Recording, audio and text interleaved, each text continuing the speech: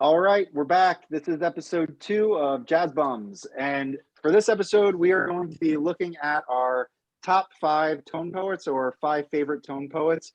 We realize this is subjective, so let us know what you think, what your top 5 are in the comments. But we're going to jump into it, and I'm going to kick it over to Felipe to start us off.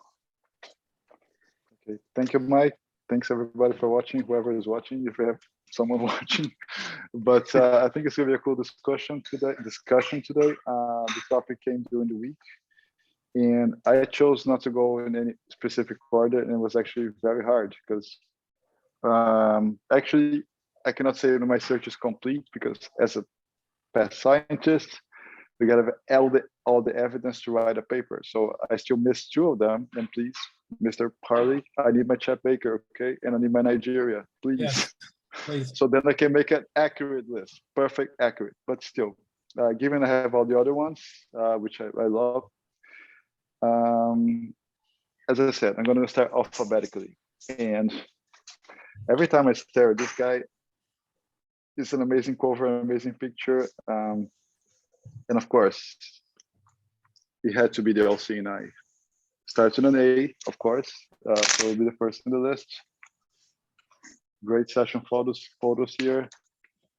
Mr. Shorter, Freddie Hubbard, Al Shorter, that's his brother. He actually wrote the last song in the record. Graham Moncor, Gretchen Moncor, James Spalding, Herbie Hancock, Ron Carter, Joe Chambers. I was actually thinking, people say, this is a great lineup, stellar, killer lineup, but is there any record that doesn't have an amazing lineup? I still haven't found one. So this one is great. It's a terrific lineup. It was recorded in 65. It's a 1965 session. And like Maiden Voyage, it has a theme. I won't say a theme, but it's like a storyline on it. And I think that's the beauty, the greatness of this record. And you can feel it when you hear the music. All the passages, it's brilliant. It's really catchy. It's not an easy listen, in my opinion. It's not the obvious thing from Wayne Shorter, like Juju, for example, or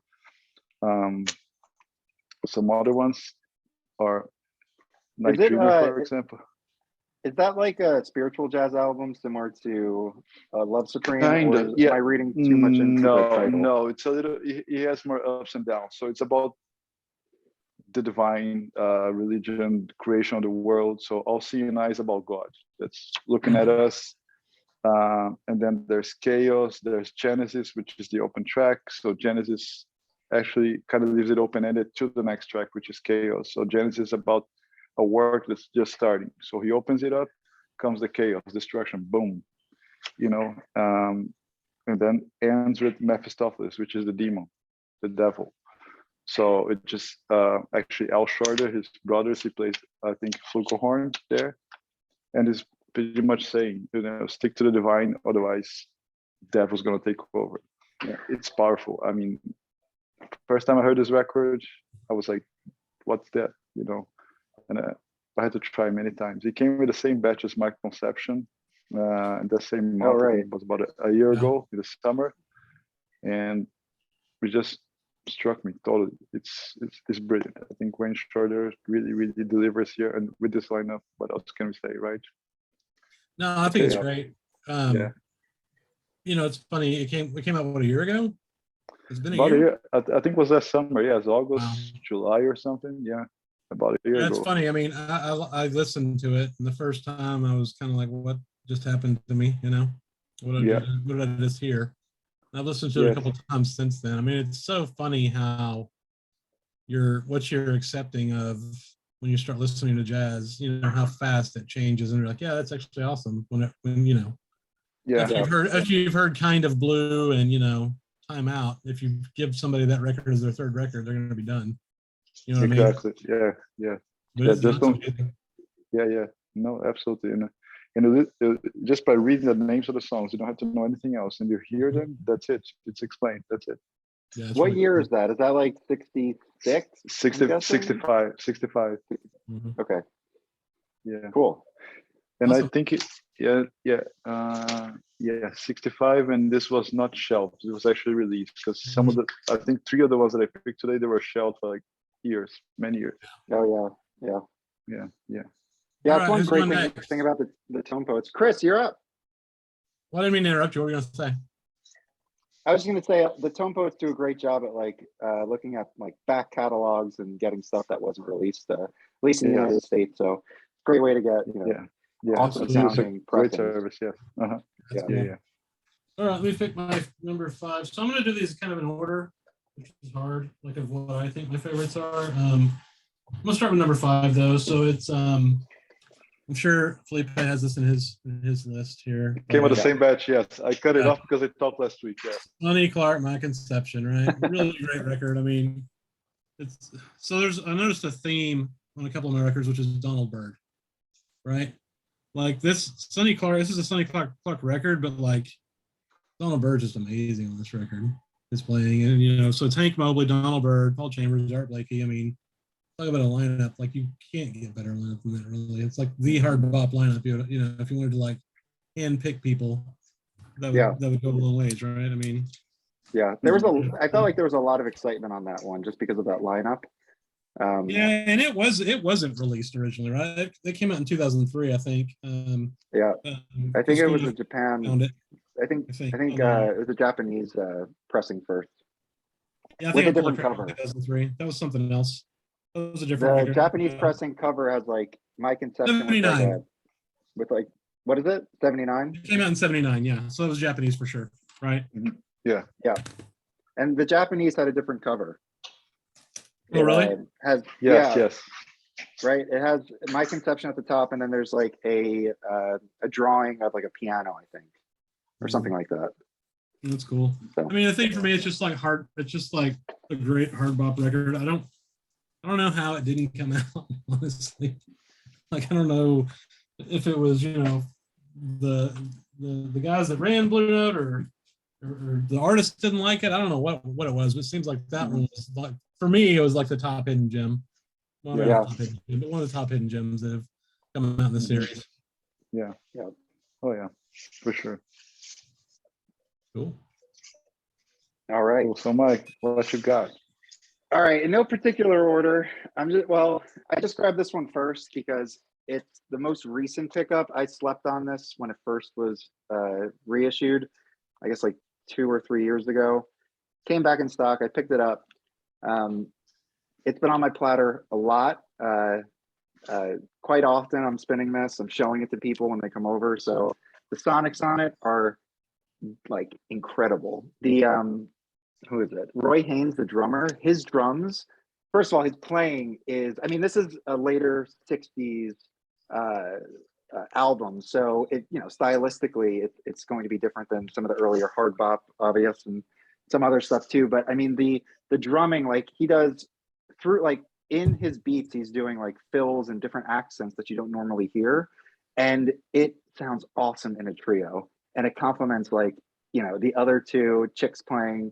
But the drums on this, I feel like sound dynamite. So that is, it's definitely worth checking out just for the sonics alone. But the music is also fantastic. And I think this was 68 when this came out, but it's on 68 or solid state. So 69, that yeah.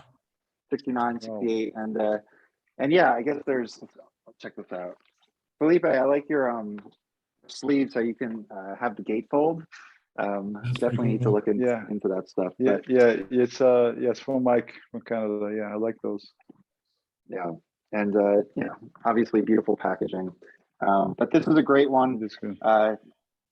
Made a mistake sleeping on it the first time. Maybe I just wasn't ready for it, but this time I love it. So starting off with Chick Corea, Now He Sings, Now He Sobs. Would you say that's an easy record to listen to? No. I think you don't think so. Well, okay. So I did. So the law of falling and catching up. It seems like it's like a improvised track, and it's the last track on the album, and it sounds really like cool, but it's just different. It's out there a little bit, and that is kind of there is like kind of that type of feeling on the album. So maybe it'll be a little difficult, but I think this one's more accessible than some other records. Felipe, what do you think? I agree. I just don't think it's not hard to listen to. It's not like free jazz or anything, but it's definitely different, right? Yeah, I think it's not what you expect, Right. right? It's beautifully recorded though. It's kind of ridiculous how good it sounds.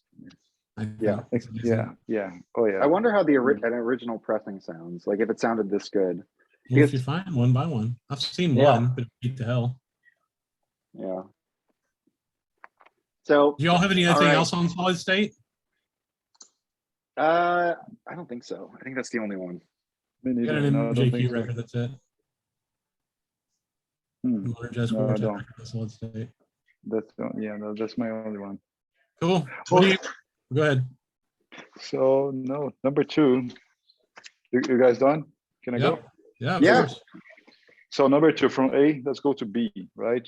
So that's an easy one. Most of my choices are from the early batch. And this guy, I think that's my favorite. One of mine, Born to Be Blue. Mm-hmm. An amazing session. Grant Green, Ike Quebec, Sonny Clark, Sam Jones, and Louis Hayes. One thing I noticed, I have a bunch of choices with Sonny Clark. I just like the way he goes in those sessions, in the songs. So Born to Be Blue was recorded in '62. It was only released in '85. Okay. My first shelf record. I think I have 3 or 4 here. But I think I like the fact that Ike Quebec is here. And I was looking, I have Music Matters, I have Analog Productions, I have some more regional, some New York Questions, but there's no tone poets with Ike Quebec. So maybe it's a good one to be thought about. When it came out on CD, I was just checking some of the extra songs. They were also present in Latin bit from Grant Green that just came out recently, right? Yeah. And not the song, sorry. Ike is present in some of the songs in Latin bit Oh, on the okay. extra, not on the original. And I Okay. was just checking all the sessions, they were really, really close to it. So Latin Bit was recorded in 26, 27 September, 62. And then Ike Quebec, the Bossa Nova records, recorded in October. So everything was kind of very close to each other. The Latin Bit, although none of those songs were used in the Ike record, they also have like the same tone, the same feeling. And it's a great bop session. And I do like Ike. I think his tone is just like Joe Henderson. So you listen to one note, you can tell it's him that's playing. That's awesome. And, Yeah, I don't have that one. I think this record has a mood that's like fantastic. I really, really like it. I really dig it. And he's one of the great tone poets. I think I can't say it's better than Nigeria because I still need Nigeria. Okay. Do you What have are this some one, other- Mike? I don't have it. Either. I was going to ask Felipe, what are some other Ike Quebec albums? I know I've seen a few of them, but I just can't remember the titles. I don't have any. So there is here. Where is it? Isn't there one with like a blue cover? Yeah. Is it living? There's an NMJ. I have one upstairs, my New York pressing. I forgot the name. There's Bossa Nova Soul Samba. There's this one, and there's another one on the AP45 series, which I also forgot the name. I'll get it to you. That's cool. Yeah, I need to check them out more. And he has a tone. When he hits a note, you notice him. That's amazing. That's Yeah. cool. Very cool. My turn? Yeah.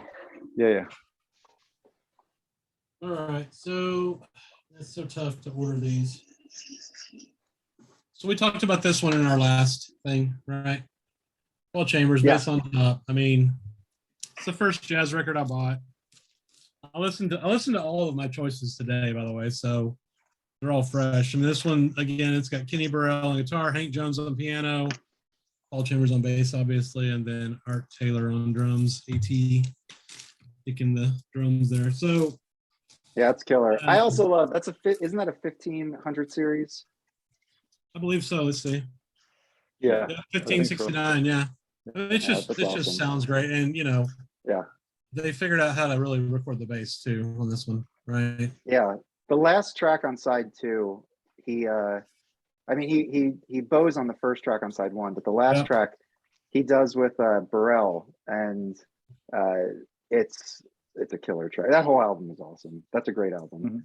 That Yeah, it's that I pretty actually cool. I didn't select that as a top 5, but that was like a hard one not to select.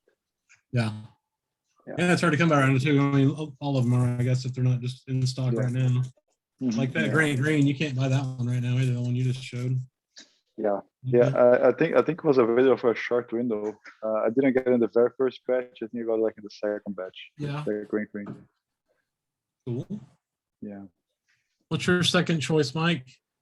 All right. Again, no particular order, so I'm Right. just gonna randomly pick one here, whatever Okay. this one is. Oh yeah. Oh yeah. Oh yeah.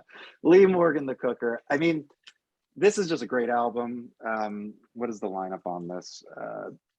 It's let's see. So Lee Morgan trumpet, Pepper Adams baritone sax, Bobby Timmons piano, Paul Chambers bass, and then Philly Joe Jones on drums. And I mean, killer lineup. It's a 1500 series. It's got the 8 because this is a stereo. And besides it just being awesome, I picked this up and I listened to it a bunch when I first got it when it was first released. But during the pandemic, when everything was really stressful, and kind of a few months in, I ended up switching jobs. So like my entire life was really like I just had to really focus and kind of deal with everything that was going on. So in the morning, I often, not all the time, but I often will start with playing some records while I'm like making coffee. And I usually go for something calm like Bach or some classical stuff. But for that moment in time, I was playing this because I just needed to I just felt like this was like a hype album for me to get like my mind like in the right space for what I needed to do. So this is kind of a special album for me, and it's a great one too. So Lee Morgan, the Cooker, and I think he's like 19 on this. Yeah, no, it's amazing. Pepper Adams on that record is ridiculous, right? It was his first Blue Note. I think he'd only been playing. Actually, I looked at that one today. It's not in my top 5, but it'll be mentioned again, right? So, but Pepper Adams on that record is just amazing. I mean, he is blowing hard on that baritone. I love baritone sax too. I love Pepper Adams. So I had forgotten. Yeah. I pulled that one out today to listen to just as I figured it would be in your list.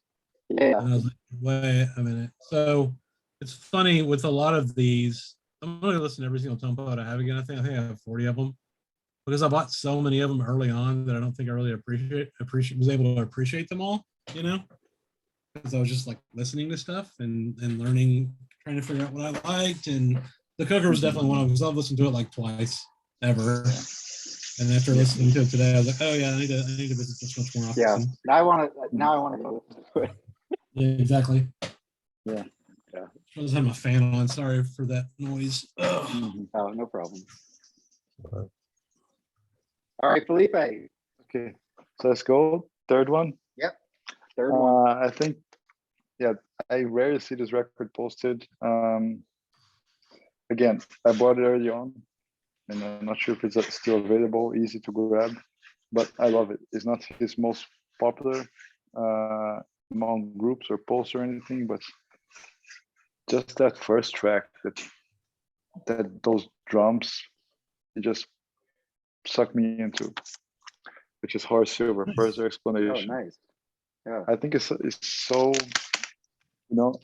Art Farmer, Horace Silver is just. I need to get that. Art Farmer's on it. Art Farmer, Cliff Jordan, Louis Hayes, Teddy Kotick on bass. That sounds awesome. Yeah, I mean, and Cliff Jordan, his own records are amazing too. But yeah, I think this record here is such a tone, so intense. It's a 1958. Is that a stereo? Yes. Stereo? Yes. Yeah, it's a BST. Yes. BST 81589. That's funny that you mentioned that one. That's a good example for me of a record that I haven't listened to enough. So I bought it when I first started. It was one of the first 10 I bought, and I looked at it today. I was like, I don't know about that one. So I'm definitely gonna have to listen to it again. It kind of alternates. That first track for me feels like waves and second track goes more soul and then catches up again. There's a little bit of everything in this record, which I think is brilliant. And Horace Silver, he just goes smoothly between everybody plays something. And Art Farmer, I think, is amazing here too. I like his style. I gotta check that art. out. Yeah, that's really worth it. Really, really worth it. Very cool. My next. Okay. Yes. Yep. All right. Well, since I'm the only one doing these in order, this one's this one's kind of tough. So let me think here. Yeah, I'm gonna do it. Okay. I think I may have talked about this record before too, but One Flight Up, Dexter Gordon. I mean, again, this is the other one with Donald Byrd, right? So Dexter and Donald are the front line on this, and they're just beautiful. I mean, this isn't like a hard driving record, right? I'd say it's more kind of laid back for the most part. The best, I mean, the one track on the first, there's only one track on the first side, it's Tanya, right? Which I believe was written by Donald Byrd, yeah. Mhm. And it's my favorite tune. Yeah. Yeah. Right. It's my favorite track. If I am like in a really bad spot, like mentally or whatever, I've listened to that song streaming, driving on the road, whatever, so many Yeah. different times. Yeah. I It's mean- probably one of the greatest things ever. Yeah. Yeah, Absolutely. for sure. So you got Donald Byrd, Kenny Drew on piano, Niels Henning Orsted Pedersen on bass, who's just like the best bass player that ever existed, just about, and Art Taylor again on, I think Art Taylor's on one of the other ones, but anyway. Mhm. Yeah, this record's ridiculous. This morning, this was my number one. Yeah. And then I'll listen to a couple other records, which kind of changed that a little bit, but So that highly was recorded. recommended. That was recorded in Europe when Dexter Gordon was Recorded in Europe. Paris, yeah. Yep. Yeah. Yep. Yeah, Yeah. I slept on that and I regret it. So next time it comes out, I'm gonna grab it. So actually, just as a parenthesis, this Dexter Gordon record that I picked this weekend, Capo Range or something how it's called. He was still living in Paris, but he had a deal with the Prestige. He would come to the US every often to record a session, then go back to France. About In the Dexter? early se- in the early 70s, yes. That record that I posted is yeah, it was one of those. And it's Van Gelder, everything. It's amazing. That's cool. What The, record was that? Yeah, what is it called? Do you remember? Capo Range, I think it's right here. Let's see it. This guy here. Yeah, that's cool. All right. I don't even know what it means. I'm still trying to figure out what it means. But it's So was a that great here record. or in Europe that it was recorded? It was recorded in New York. He would fly Okay. to New York, record the session, and fly back to France. Yeah. Yeah, I talked about that Homecoming record last time, I think, which is Yeah. when he actually moved back. Yeah, So yeah. that was Yeah, I've very- streamed that. Anyway, I've Did you? streamed that since you said that. Yeah. I put it on. It's really nice. Yeah. Yeah. Great recommendation. Okay, yes.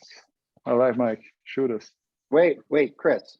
Oh no, you Is it just did my turn? yours. All right, so Yeah. I'm gonna go with this is just a killer record. Bam, Money Jungle. Oh yeah. So Ellington, Max Roach, Charlie Mingus. You know, this came out in when did it come out? So it's 63. You know, people talk about like there's a generational gap that Ellington's like 25 years older than them or whatever, and that there was some fighting in the studio with, you know, I think like Mingus and Roach or something. But honestly, it's just I think album. Mingus quit. Having- Mingus quit at some point. Then he returned, right? Something like this. yeah, and then apparently like Ellington ran out and got him back in. There's like multiple accounts of it, but anyway, it's an awesome session. The song, what is it? It's very special. It's third track on side A. I just play that. I mean, I just can like play it on repeat. It's so awesome. It's not long enough. It's a riff that if you have this, which you know most of you guys watching probably do, the track what is it? Diminuendo and Crescendo in Blue.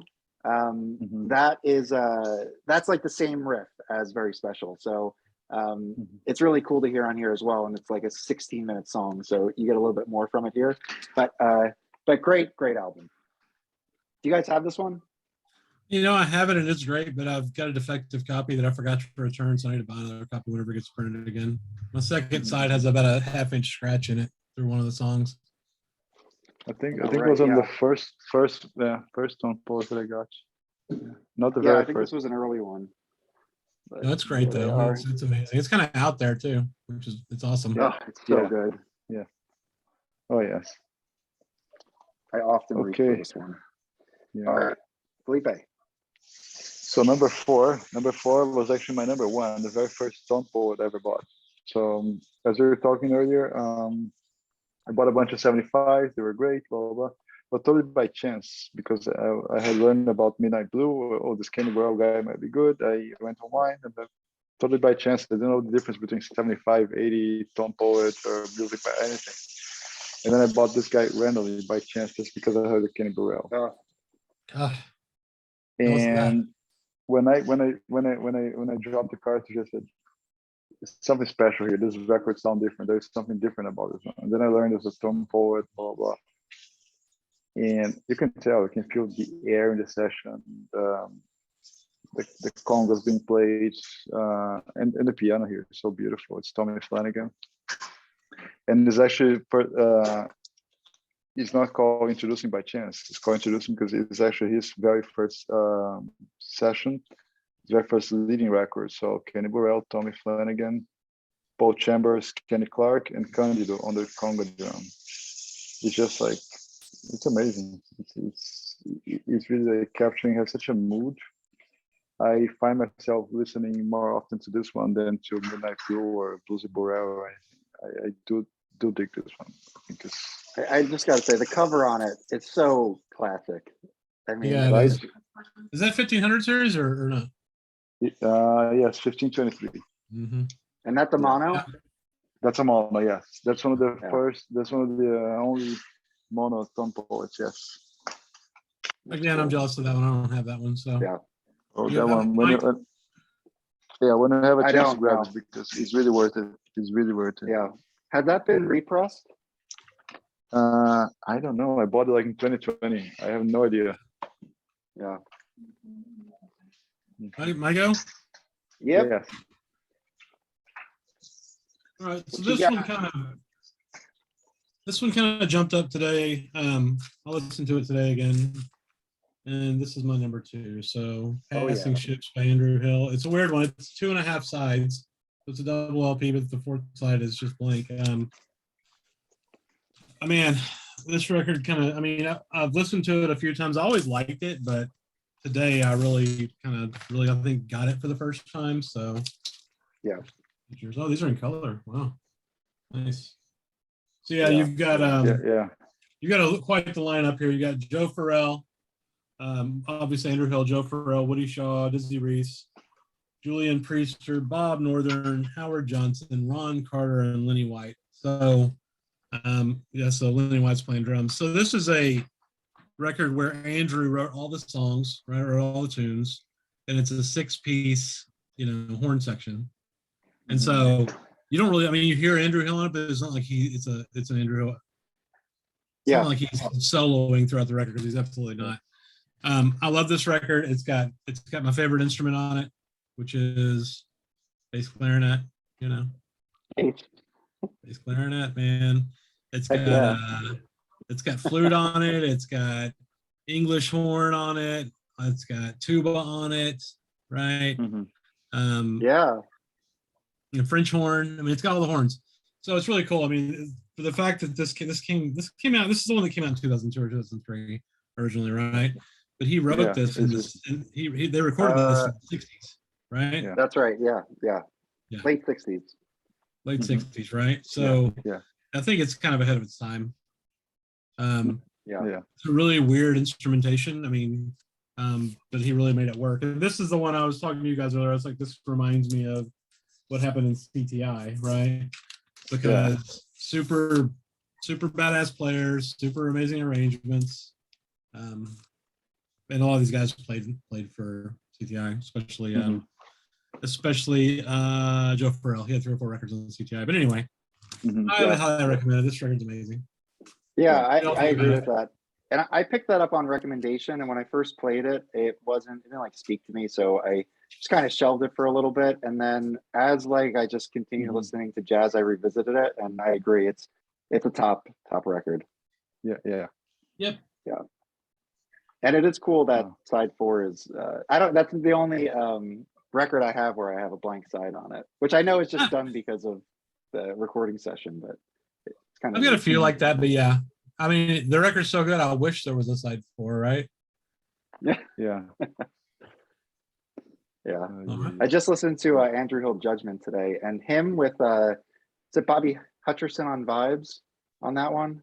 It's Mhm. it's so cool to have like the piano and the vibes the same this it's I think it's like a 4-piece, so it's Mhm.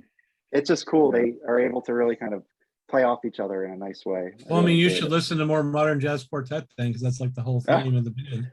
I you Yeah. know I always like sleep on those records because I see them often, and I think there's one like it's like a Concord Jazz or something, and it has a really cool cover, but I just never grab them.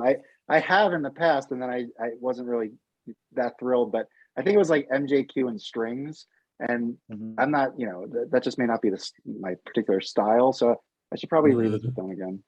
And I don't know, man. I mean, they're different. They're chamber music, basically, right?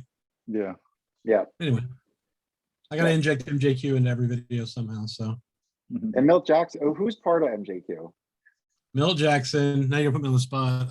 John Lewis, Percy Heath, and I've forgotten the Oh, last one. well, Milt Okay. Jackson's awesome. Milt Jackson and John Lewis. So I mean, they're all awesome, but yeah. I don't want to I go like down Milt. an I had some MJQ. Milt- We can have an MJQ video at some point. We can go through the whole thing. Let's look Anyway. Yeah. Yeah. Let us know about MJQ in the comments. Yeah, let us know if you like MJQ or not. What Yeah, what record? What MJQ record would you recommend getting?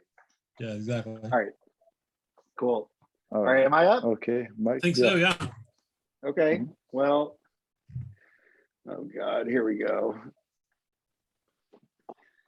We'll just go with this little guy Oh my right here. God, that is such a flex. All right, so the story here is I came into jazz through Sinatra, so I had I listened to a lot of Frank. I learned about Count Basie. I started listening to Basie. I got into that like big band swing, and then I slowly got into small group stuff. But because I like Frank, I was looking for like analogs of vocals. So I came across Chet Baker Sings, and at the time, I knew I didn't want to get one of those like European gray label pressings or anything like that, which are readily available. And I was searching for like the original 10-inch or the 12-inch, and they were pretty expensive. I mean, now I guess maybe the popularity of this has clued people onto this record, and now they're just they go for insane money, and it's difficult to find clean copies, and they go for even more money. But so when this was announced, I pre-ordered it. I probably was like the first pre-order that they had. I was so excited for this, and yeah, I was really happy I got it. And it's so funny to me that it became like this huge sensation because I don't remember too much hype around this when it first came out, and yeah, so that was just surprising. So I just picked this up because I really always wanted it. It's on that cool. Is this the World Pacific Records label? It's a beautiful recording. I think sonically, it's outstanding. But it is an older recording on Pacific Jazz, and so I mean it sounds great. But I mean I think other tone poets like the Chick Corea, like sonically, I think are much like different level. But it's still, I mean, this is an awesome sounding record. Who's on that record besides Chet? Let's see if I made some notes here. I looked at the musicians, and I only knew who like the saxophone player was. I forgot. I didn't write it down who's on here, but from '56. Oh no, it was the piano player. Who's the piano player on this? It's this guy that's in the picture. Which does it say? Yeah, Russ Freeman. So yeah. I didn't really recognize the other musicians, but yeah. So this is definitely the pick. I also think it's worth mentioning, like, back during this time, I've noticed, and I think I've heard other people talk about this, that it was important for them to kind of like showcase the microphone because, like, it kind of spoke to or suggested like great recording quality. So if you see a lot of MRCs, they show the microphone. They'll show that like U47 microphone, I think it is, which is like, the one that, they use in like the Sinatra Studio A, Capitol Studio A that like Sinatra and Dean Martin sang on. But I think it was like a signal to the collector or the buyer that this should sound really good. So I always love seeing the microphone. There's like Miles Davis records where they show him with the microphone, and I just enjoy those. So anyway, it's a great cover and great album. The songs are great. What do we got on here? So it starts off with That Old Feeling. It's just a great song to start off with. I think this record is pretty awesome. It's Always You. I mean, it's another beautiful song. Like Someone in Love, my ideal. I've never been in love before, my buddy. And then on side 2, it's But Not For Me. That is an awesome track. Time After Time, I Get Along Without You Very Well. It's a great song. My Funny Valentine, I mean, that's a classic Chet Baker tune. There Will Never Be Another You. It's another fantastic, awesome song. The Thrill Is Gone, another great song. I Fall in Love Too Easily, another. I mean, this whole album is fucking awesome. It's great. I hate you now. You can listen to it. You can listen to it straight through. Everybody needs it. I guess that's why it's gone up in value. I've almost paid like $150 for that record like 6 times. I keep waiting. I'm waiting. Don't do it. It'll get it.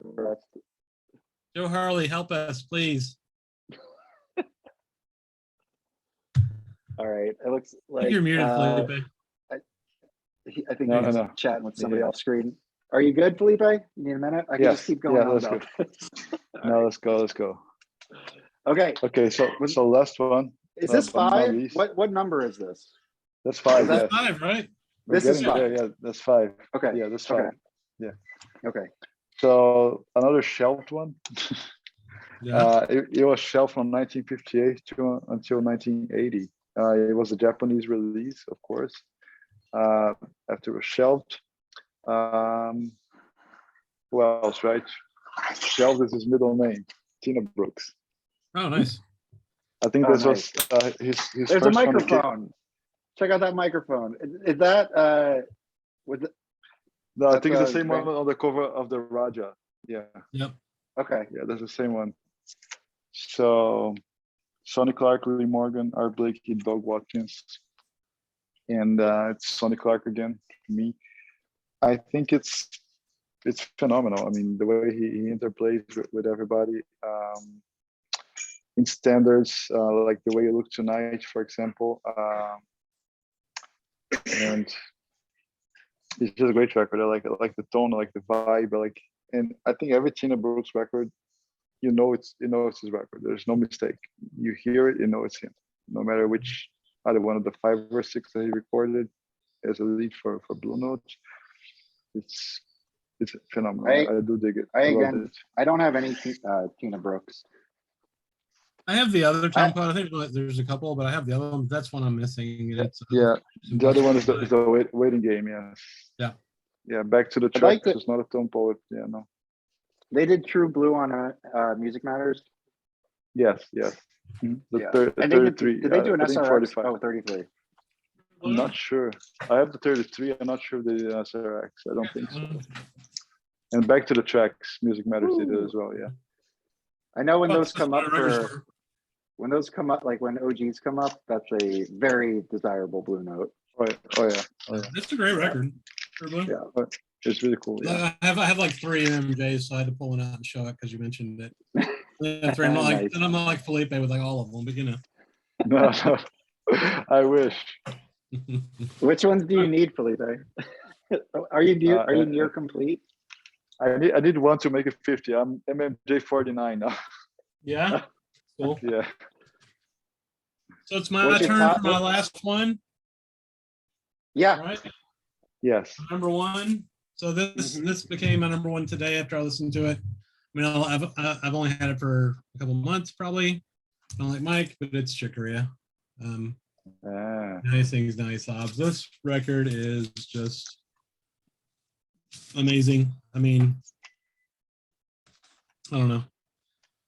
I listened to it twice today, and the bass, the drums are great, but Miroslav, I don't know how to say his name, but Vitalis, I don't know. I'm not Russian, so I don't know how to say his name, but the bass playing on this is freaking amazing sounding too, right? They're all great. They're all great, but Chick, I mean, oh my God. Yeah. It's great. It might be my. I mean, I'm a huge Bill Evans fan. I'm a huge Oscar Peterson fan. I love, piano trios, but this is up there for me in the tops. I Yeah. mean, it's Yeah. just great. So Yeah. glad they It's reissued it. Roy Haynes, was he a West Coast player on contemporary? I feel like I see his. Roy Haynes just played Kind on of, everything. Yeah. Roy Haynes Yeah. is all over the place. Yeah. All over the map. Yeah. Okay. If you look at your Discogs and search for Roy Haynes, you're gonna find a bunch of stuff. Yeah. Yeah. But yeah. I mean, is this still available or did it sell out again? I think it sold out again. Right? I'm not sure. So if anybody doesn't have this record and they see a copy or they have the It's so availability, good. you should definitely buy it. Absolutely. Yeah. I think it's one of the best selling records I own. And how It's cool really is this up there. picture though? This has got to be in his house, right? It is cool. Yeah. You know Yeah. what that reminds me of is that Sam Rivers, the Fuchsia swing song. It also Right. has like a circular. Well, actually, Yeah. It looks like the fish island. Yeah. Yeah, that Which- was really fun. Yeah, Oh, that's really I wish cool. I had that record. Yeah. Like But I've it's tried cool. to look at the posters he has in there to try to figure out what they are and stuff. You know, there's like posters in his room and Yeah. vibe, man. That's really cool.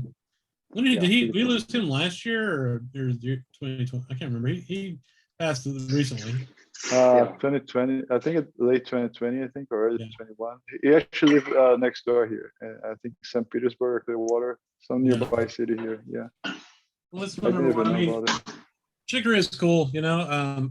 He's like, it's funny because I've known that name my whole life. It seems like I've heard Chicory, Oh, but I never obviously got into him before I got into jazz. But Yeah.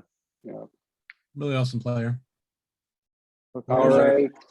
Oh wait, we So got this Mike. is the I forgot. final. Yeah.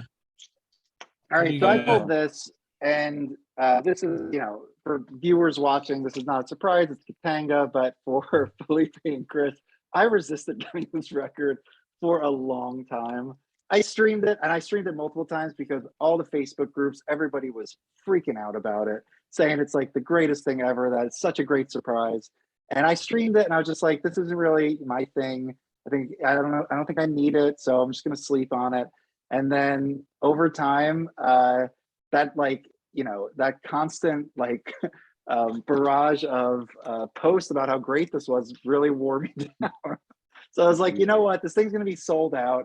It's gonna be like one of those Chet Bakers. I'm gonna regret not getting it. Let me get it, and then we'll do like a long distance listening session. And I did this with my buddy Kevin as well as you two guys, and it's a great record. I mean, it goes to show you sometimes when you listen to something on, or at least for me, when I listen to something on stream and then when I listen to it on vinyl, the sound quality, the crispness, the separation of instruments, the definition, the sonics, everything about it can make the listening experience different, and in many cases better. And that's certainly the case with this. I've listened to this numerous times since. Sometimes if I just need a record to throw on, I just grab it. Curtis Amy, Burning on this. It's a cool record, and really happy that I picked it up, and I consider it a top tone poet. So here it is. Well, I left that one off on purpose because I think it just is obvious how good it is, right? Like for anyone that's listening to this the video, hype around it was insane. Anyone listening to this video, if you're getting into jazz and you see that, you should buy it. It's amazing. It won. Go ahead, Felipe. Sorry. No, sorry, because I just thought it was kind of cool. The same, they always put two at a time. In that very same batch, it was the Witch Doctor, which also is like a crazy mask on the cover, very quite similar. That's funny. I think those were the first tone poets I bought as they came out. Was those two? Because I bought Bass on Top, and then I think I was like, wow, this is ridiculously amazing, and I want more. Yeah, so I bought those for the first two. I think came out like 2 weeks later. Yeah. What I was gonna say is it won in the Jazz Vinyl Lovers poll for top reissue or top, I guess, whatever record for 2021, right? Or whatever that poll was. It was like not even close. And it was destroyed. It's got a great label. I'm a chucker for labels. I love. Me too. So you know who makes that record is Dupree Bolton, right? Yeah. Name? Right? Oh, yeah. Curtis Amy and Dupree Bolton. Yeah, because he died super young. He didn't make very many records. So Yeah. Or I can't remember if he died or if he had like mental drug prison problems and kind of disappeared and then died later. I can't remember. Unfortunately, so many of those guys had that kind of story, right? They either died in a car wreck, like Clifford Brown, or they got on drugs and ended up in a mental institution or prison or whatever. But Yeah.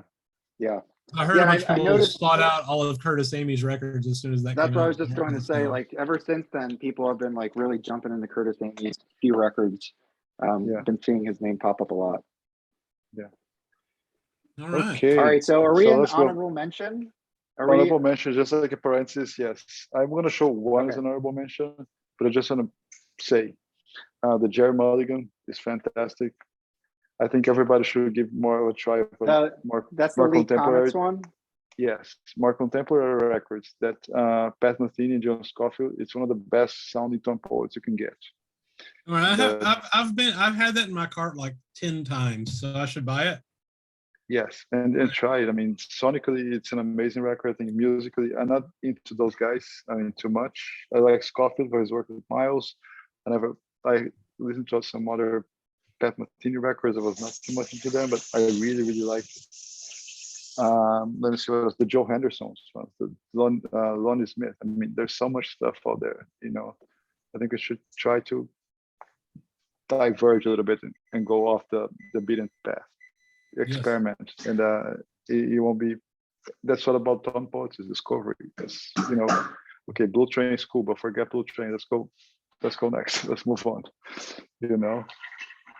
So my honorable mentions. This lineup is not a tone poet, but it was a classic. It's a MMJ everywhere.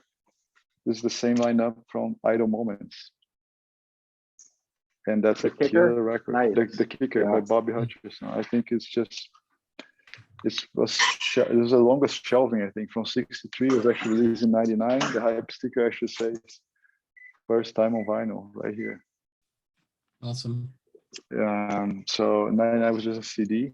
And Joe Henderson, Duke Pearson, Grant Green, Bob Crenshaw, Harewood, everybody's here. And, I think it's, and actually the Kicker was written by Joe Henderson. It's a Joe Henderson song, and it got very popular because it's in Song for My Father. And that's it. I know it's hard to get the Bobby Hutcherson ones, but if you get them, get both, either the Kicker or Bleak. They're amazing. Cool. Nice. Yeah. So honorable mentions. I mean, there's only one toe poet that I'm not a huge fan of, which I'm going to bring up next. It's a surprise question for everyone, but my honorable mention was the Cooker. So I had my list down, and I knew how much Mike liked this record. And I was like, man, I've only listened to it once or twice. It seemed like it was cool, but I wasn't that into it. But I listened to it today, and like I was saying earlier, Pepper Adams is something special on this record. Because you got, Lee Morgan, Bobby Timmons, Paul Chambers, Philly Joe Jones. That's like an amazing hard bop blue note lineup from the late 50s, right? Like those guys were everywhere. But when you throw Pepper Adams into it, on the baritone, just this super strong, growly tone of his, and it's his first record on Blue Note, probably one of the first records he was ever recorded on. Always thought of Pepper Adams as more West Coast guy. I have no clue if he was ever a West Coast guy or not. He's a white dude, so you kind of think West Coast when you see a white guy, right? But yeah, it kind of blew me away today. Just young Lee Morgan going crazy with his trumpet, and then Pepper Adams just blowing that baritone. There's just something about that combination. It was just super powerful. Right. Anyway. Yep. Cool. What's your honorable mention, Mike? Well, I got two, and they were both mentioned, so no need. But just quickly, Passing Ships and then Bass on Top. We've already covered them, so no need to dive into it. But these are awesome. Really hard not to have selected them. Cool. Very good. All right, surprise question time. What tone poet do you not care for? I pulled up my tone poet. Well, the thing is, Felipe. Ornette. Ornette, are you serious? Not the whole thing. I mean, the Golden Circle records are pretty good. Yeah, Chris, Yeah. I don't know. what would you say the strengths of the box, the strongest album in the box set is for you? The Jackie record. The which one? Well, the Jackie record. I'm not sure which Jackie one that is. McLean has a record. It's a Jackie McLean record they included in there. Oh, right. Okay. Yeah. All right. That's my favorite one of all of them. I gotta say, I need 10 years more jazz experience to listen to that, I think. Yeah. I'm glad I have haven't it. Right? Yeah. But that's a good one, Felipe. I didn't even think about that. God. Like that is We're gonna have a future video, right? Or I think we talk about it. Most regrettable things. Yeah, right. That should be a Yeah, funny one. Yeah. Okay, well, mine wasn't quite as extreme. It was that Turrentine record, the soul jazz one. I forget what it's called now. Oh, what's it called? Which one? Turrentine Soul Jazz? More recent Stanley Turrentine one that came out. Oh yeah, that's what. Yeah, Rough and Tumble. That's what I would. Yeah, Rough and Tumble. It's fine. I think the opening track is fantastic. It really is. digging it. Yeah. For me, I don't regret owning it, but it's my least favorite for sure. Yeah, I agree. It was kind of awkward, probably just, right? It was like they were trying to do this soul jazz thing, trying to figure out how to like do covers of R&B because they were kind of worried about losing out their their listening audience share. You know what I mean? Yeah. So it was a little weird. Now, Walk On By is on here though, which is like one of my favorite songs ever. So, Yeah. That'd be cool. Yeah. What about you, Mike? What's your least favorite song? I would pick that as well. And it's stylistically, I think it's just it's just not in my wheelhouse. So I would admit it. But I sleep on a lot of tone poets. I mean, I try to get something if I really, really want it, but then often like I slept on Andrew Hill's Black Fire, and now I really want that. Just at the time when I was listening to it, I just was like, this isn't for me, but now it is. It's really good. Yeah, that is good. Yeah. Yeah. I feel like that's one of the cool things about, listening to jazz is that, your ear evolves, or at least mine has, and now records that I wasn't paying attention to. But the thing is, I've kind of moved in that direction. So like when Grant Green's The Latin Bit came out, that like didn't fit like what I was kind of exploring at the time. So I slept on that one. That might be one that I regret, later on as well. So I wouldn't say that was in my top 20 or anything. I like it, but it's not like in my top 20 tone poets, I don't think. Yeah. But the sound is amazing. The sound is amazing. That was amazing. I like the Jackie one that came out recently quite a bit too. Was it Tip in the Scales? Yeah. Tip in the Scales, and the last Hank Mobley that came out. That was impressive. Sounds like music matters. I know. I need to get that. I've been sleeping on it, and I've seen it in stores, and I just haven't picked it up. But I feel like that's one I do want to get. So and then I didn't get. I was just gonna say I didn't get the Gerald Wilson Moment of Truth big band. I've streamed it. I think it's fine, but everyone who has it says like I need to get it. It sounds really, really great. I listened to it once. I need to listen to it again. Okay. So I wasn't overwhelmed by it or anything, but I just need to listen to it again, I think. Yeah, me too. Yeah, I don't think I was in a great mood when I listened to it, so it was kind of hard to tell, Mm-hmm. Yeah. Oh, I was in a mood the other night, and I put on this was 2 nights ago. I was just like in a really bad mood, so I threw on Ascension by John Coltrane. It's like perfect album for not being in a good mood, in my opinion. I was loving it. It was like the perfect album. And then I went down a whole Coltrane listening route. Did you listen to Side 2 from what's the record? Village Vanguard? No, I didn't, but I have since we spun it. So I wanted to say something about tone poets to anybody that's listening that is just getting into jazz maybe, or kind of just getting into audiophile pressings or whatever. The tone poets are cool. You don't feel pressured to buy all of them that come out unless you want to, right? There's kind of like two schools. I think me and Felipe are of the buy everything that comes out school, and Mike is choosy about what he buys. And so you know, there's no right way to collect jazz records. Yeah, whatever makes you feel happy. Yeah, Whatever makes you feel happy, exactly. Yep, right. agreed. Yeah, All right, any final words, Felipe? it was a great session.